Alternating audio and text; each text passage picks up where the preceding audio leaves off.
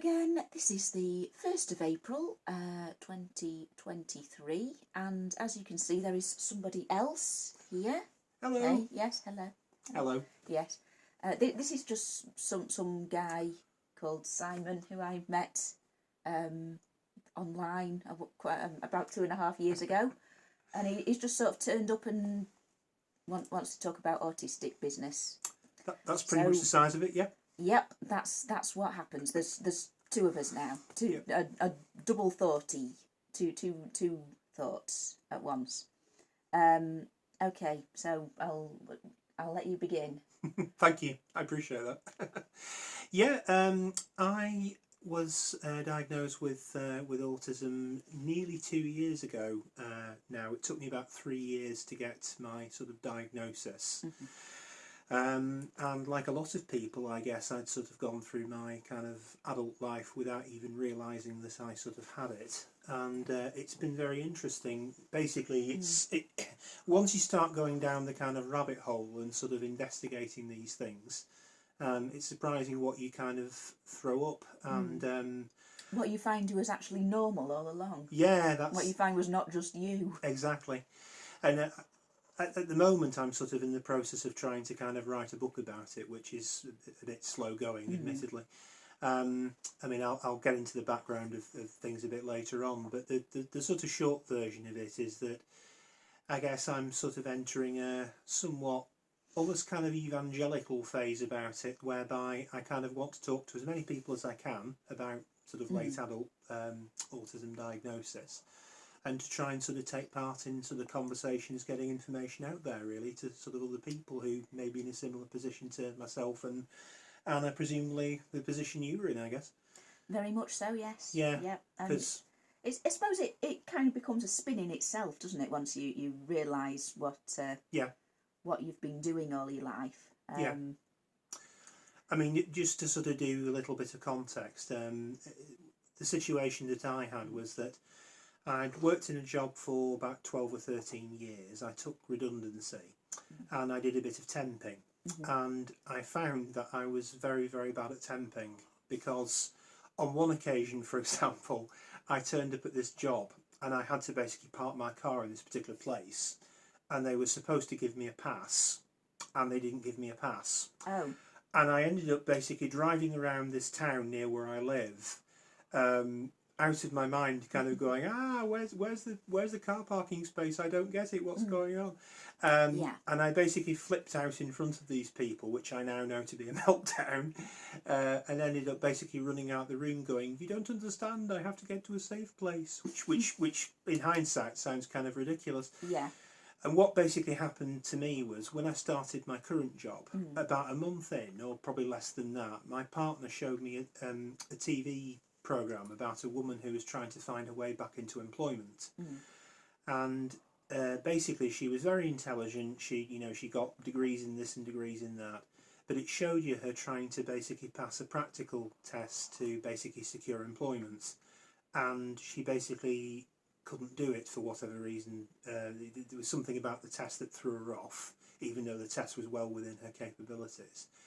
And that was my kind of eureka moment, if you will. I looked at that thing on the program, thought back to my temping experiences, and suddenly I thought, oh my God, am I actually autistic? Is that what's going on here? And I started reading into it, and the more I started reading into it, believe it or not, to try and disprove it. I was actually trying to sort of say, oh, it can't be, it's ridiculous. Yeah. And yet the more I read into it... The imposter syndrome thing. The imposter syndrome thing, yeah. And the more I read into it, the more I thought, no, there is actually something in this. What you were saying before about the sort of spending a lot of time researching it, it's quite interesting, because I think a lot of people who are autistic, and this includes me and possibly you as well, you may have doubts about it and think, oh, no, I don't think this is me. But the amount of hours that you're spending online reading everything you can kind of get your hands on, I mean, I hate to say that no, non-autistic person would do that, but I think it does take a certain level of concentration, willpower and focus to sort of do that. which I think are something that's not exclusively autistic, but I think it's very much the case that if you are autistic, you will have those qualities probably in spades. I don't know if you can sort of relate to that in terms of the research. I can very much, yes, yeah. I mean, what happened? Well, what kind of swung it for me really was, I added a kind of friend of a friend on Facebook. Well, she added me, and she was posting loads of memes and shareable things about autism, because she's autistic herself. And I thought, hang on, these are sort of weirdly relatable. What's going on here? I mean, the various things over the previous, well, more than a decade that had sort of added up and made me wonder about it. But yeah, I think that was when it clicked. Yeah. Yeah. There's something here that I relate to that other people seem to not relate to. This seems to be the answer to all my questions. The sort of curious thing that I found in my own case was the fact that years earlier I'd actually known somebody who was actually the first person who I knew for certain actually had autism. And I remember this person saying to me, "I think you are as well." And at the time I didn't know anybody else who was autistic. And because I wasn't particularly like this person, I remember thinking, well, that can't be right, because I do this and they don't do this and all this sort of thing. And what you forget, of course, is the old cliche of the community: if you've met one autistic person, you've met one autistic person. Yeah. But it's interesting, actually, I think. I mean, just on a sort of wider context, you read stories about people sort of going to their GP and sort of not having a terribly good experience of being sort of referred or whatever. I didn't the first time. Yeah, because they seem to, they seem to have this idea that, if you're not male, if you're not some sort of math genius, if you're not into train spotting, if you don't rock backwards and forwards all the time. I mean, saying it like that, it sounds almost comical. I was told I had a job and I had a friend, so clearly I wasn't autistic. Yeah, that's actually. But you're in a long-term relationship, but you have all this kind of thing, and it's. I think it's interesting how the information about it really seems to have lagged behind. Yeah. That's interesting to me. Yeah, the medical people seem to know a lot less about it than the online community. Yeah, that's very true. To be perfectly honest, if you've done a lot of research into it, and you've read a lot of sort of other people's kind of histories, and you've had conversations or whatever, and you go for a referral, there is a very good chance, actually, I would say, in a lot of cases, that you may indeed know more than the person who's referring you, which kind of, again, sounds a bit silly, but there's no denying it, really. A lot of the time, the information that a lot of health people have is really quite sort of outdated. Yeah, I did notice the assessments they sent me, the paper forms. They were copyright 1999. Wow, 1999. I mean, this was in, what was it, 2020? Yeah. And in 1999, I think, were we still on, was it the DSM-4 at that stage? I mean, I couldn't. I think I'm not 100%, but I think that was the one where we had this thing called Asperger's syndrome, which of course doesn't, isn't a thing anymore, or not officially. Yeah.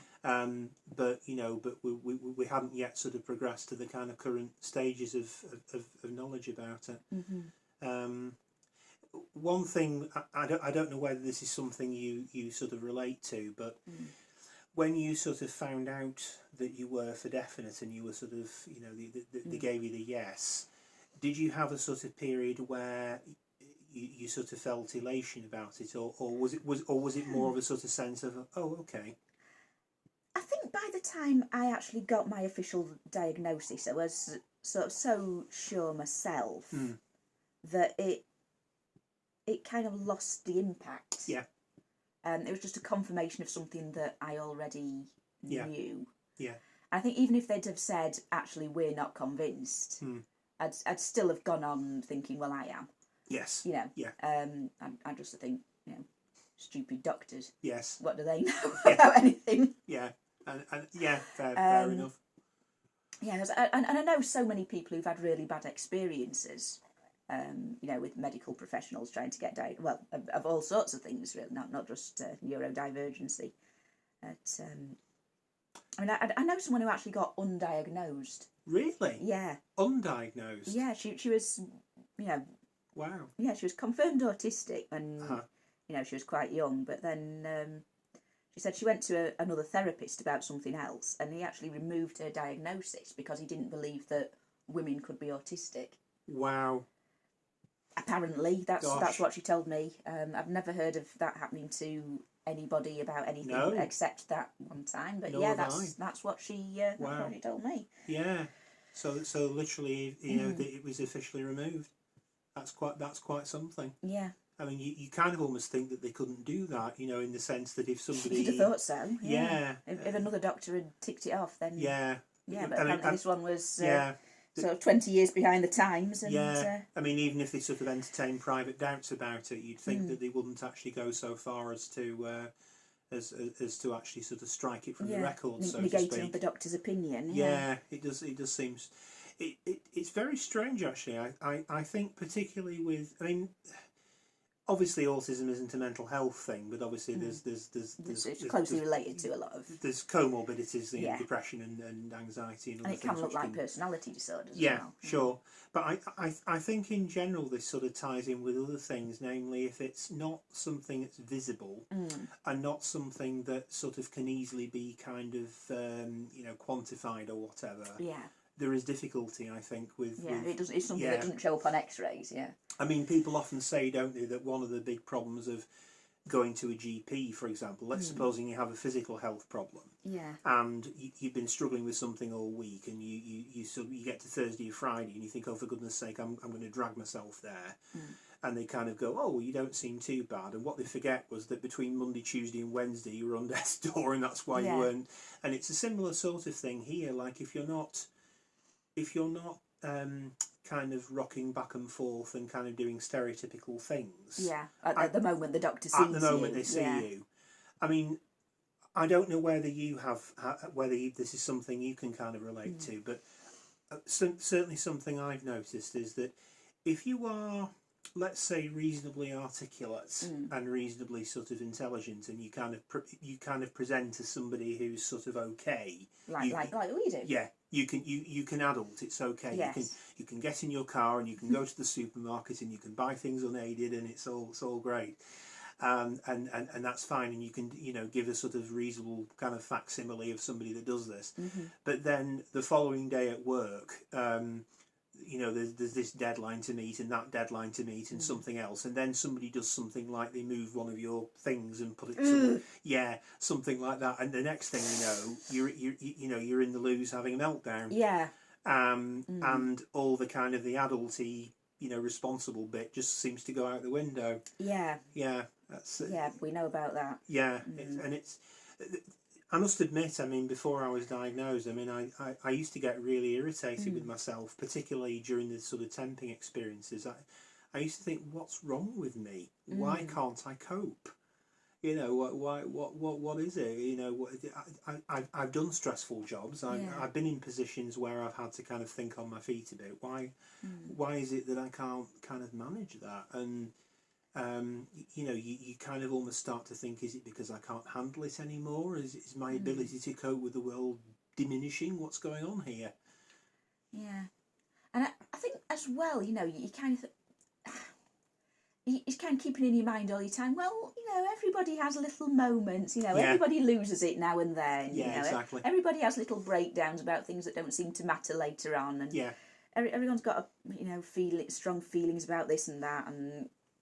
And it's part of the imposter syndrome, I suppose, the sort of self-doubt that you get when you first start exploring, what it is, and, is this what I have? This kind of comparing yourself to others, and the thing is, you don't actually know what anyone else does in private. I mean, I still don't. No. But when you actually start talking to other autistic people about you know, things that they've done, experiences they've had, and, you know, moments that they've sort of really cracked up over something that seems insignificant, and you start to feel that that is just something that has happened to me so many times. And you know, that the kind of things that, you know, nobody else understands what it's like when, you know, you sort of overstimulated, I think. And, you know, trying to explain to a neurotypical person what it is to be overstimulated by light and sound, and it's you know, like trying to explain life on Earth to an alien, isn't it? It's it's true. It's an experience that they do not have. You know, it's like trying to explain falling in love to a 3-year-old. You know, what's it like? You know, it's like nothing that they can comprehend. It's I mean, in a funny sort of way, it's almost a little bit like trying to explain something like, say, depression to somebody who's never experienced that. Yeah, that's a better analogy. Yeah, because, for example, I mean, I used to get terrible bouts of depression, and funnily enough, as I've got older, my depression, touch wood, has somewhat abated, but I do get more anxious. And trying to sort of explain that to somebody, particularly if you're trying to sort of deal with something that objectively should be within your sort of capability levels. I remember reading a story once about a celebrity who actually had problems with depression, and he was being asked to basically, I think, model some jackets or something, and all he had to do was literally put the jackets on, stand in front of the camera, and basically have some pictures taken, and he was unable to do it. And and this sort of almost disjunct, if you like, between what you can normally do or what you would be able to do under ideal conditions versus, you know, what you can kind of do the rest of the time, I think is quite significant. I've had it, for example, before now where I've just decided to take myself off somewhere, and I've just done it. You know, my partner hasn't been in. I've hopped in the car. I've driven 100 miles, 150 miles or something, not like the Proclaimers song, and I've just gone off somewhere and done something. You know, my whole life isn't necessarily scripted just because I'm sort of autistic, but at the same time, I've also had it where somebody's come to me with like an additional demand, and it's like the sort of the straw that, you know, breaks the camel's back, so to speak, and you think, why are you bringing this to me now? How long have you known about this? You know, it's almost as though there are two versions of myself. I don't know if that's something that you can sort of relate to sometimes, but it is curious though, I think, when the being within your comfort zone and the being out of your comfort zone is quite two very much things. And being dependent on other people as well. I find like when you were saying about you know, just driving off. I mean, I've never actually got in the car and drove 100 miles or anything, but yeah, I have actually just took myself out for a walk a few times, but only when, you know, I'm completely within my own time. You know, I wouldn't do it if I was kind of impacting anyone else. You know? Because there's the idea of having to clear it with someone else. Is this okay? Do I have to be back at a certain time? Is this going to bother you at all? You know, I mean, that is just so much effort for me that it's easy. I'd rather not go for my walk. Sure. But it's interesting though with the whole sort of comfort zone things, trying to actually explain sometimes to people what it is about this thing that isn't. I mean, I can remember the company that I used to sort of work for, you know, some years ago, always used to have Christmas sort of do's, parties and things, and I became sort of famous for kind of never going to them. Same. And it wasn't necessarily because, you know, I mean, to be fair, some of it is probably because I'm, you know, not the most sociable of people. But even if I had actually sort of wanted to kind of go and spend time there, basically, if I'd have gone there and let's say if I'd been there for say 2 hours or 3 hours, the amount of anxiety that I would have had prior to going, and then once I'd actually kind of gone there and done that, it probably would have taken me like a day or two to actually recover from having gone. So even if I'd literally gone and had a really nice time and really got on with everybody and everything would have been fine, the amount of kind of, you know, sort of negative stuff that would have come with that would have almost made it just not worth doing. And that's sort of a problem. It's the sort of having to weigh things up. Go on. Yeah, I was thinking, and the thing with works dues as well, specifically, is, seeing all those people out of the usual context as well. Yeah. And, you've got to try and make some sort of conversation or, some sort of entertainment Sure. with these people. Yeah. Who you don't actually know, No. other than as your colleagues. No. No. You were sort of 10, 20 semi-strangers, basically. Yeah, exactly. And so what do you do other than, beat barcodes? Yeah. Yeah, and once you start adding things like alcohol and that sort of stuff and office politics and things into the mix, it can get very sort of ropey, can't it? And they always end up in a nightclub as well. Yeah, oh goodness me, nightclubs. I'm absolutely convinced were invented by some evil force for the purposes of torturing people who basically are neurodivergent. I'm absolutely convinced of it. Invented by neurotypicals. Yeah, there's some evil. Yeah. There's like a neurotypical version of the devil or something. Yeah. This from a non-religious person, and they've literally sort of they've thought, what can we really do to really wind up people? Yeah, to separate the sheep from the goats. Yes, I know. We'll have this awful environment which is blastingly loud where you can't hear yourself talk, with awful strobe lighting in your eyes, and all sorts of other sweaty bodies kind of gyrating about, and it, oh goodness, oh yeah, loads of drunk people trying to chat you up. No. It's there's nothing about nightclubs that has ever held the slightest appeal for me. No. I've actually been to one when I was at university 3 times. 3 times. The first time was out of blind curiosity because I had no idea what it entailed, so I went along. The second time, I think I was more or less dragged. The third time, I was definitely dragged. I was still drinking at the time. I was never a heavy drinker, but on each occasion, I let's just say I very much oiled the work, shall we say, before I went. So I wasn't. Was that helpful? It was better than if I hadn't, I think. Yeah, but I do remember coming. I think the first time I was more a bit shell shocked, really, and I remember coming home with my ears ringing, thinking, "Oh wow, is this what people do? Wow, okay." And then after about. Is this fun? Yeah. Are we having a good time? Are we having fun yet? Whereas I think by the time I'd done it on the subsequent occasions, I think I'd kind of come to the view that no, this really isn't for me. Yeah. I've given it a fair crack of the whip, so to speak, and it's really not something I wish to kind of do. But it is curious, though. I think trying to sort of explain that to kind of people, because. I think the thing with people who are on the spectrum is that we are often very passionate about the things that we're interested in, and we try to share this information with people, and we get told things like, "Oh, stop talking about it. You're being very boring. You're being very, whatever." And yet, as soon as there's some sort of group activity or something, you're absolutely obliged to kind of take part in this. Oh, it's fun! It's fun, yes. Let's do the fun! I know. And it's almost like some sort of, 3... You must fun! Yeah, this sort of... We are funning now! this kind of... It is fun time! Yes, this sort of 3-line whip that you have to take part.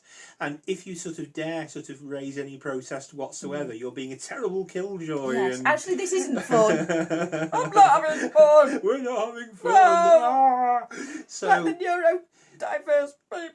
So, I just think it's interesting how there isn't an equivalence whatsoever. It absolutely does not work. No.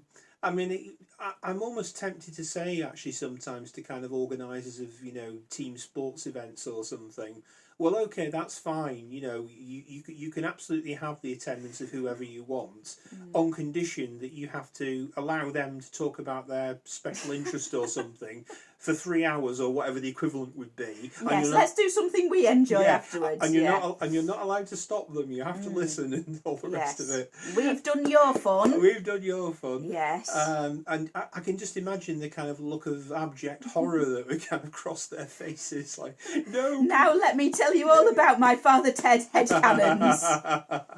No, I don't want to go. I don't want to go to the National Railway Museum and learn all about steam trains. Imagine not wanting to see some trains. I know. What's going on there? Yeah. But you can almost imagine some sort of almost kind of Twilight Zone style thing whereby, you know, if all of the kind of special interests suddenly became kind of mainstream and, you know, like people who didn't want to spend hours talking about, you know, whatever it is were considered strange, whereas people who kind of thing. was people who, you know want to go to, you know, Christmas shindigs or something, that's suddenly odd. I mean, it's just flipping the script, I guess, but it does, but I think there's very much a lack of insight that kind of goes on. Yeah. I'm going to stop the thingy and make this a part 1, part 2 thing, because we're up to 25 minutes. I'll put a link to the second part in the description when it's we can have a bit of a uploaded and everything.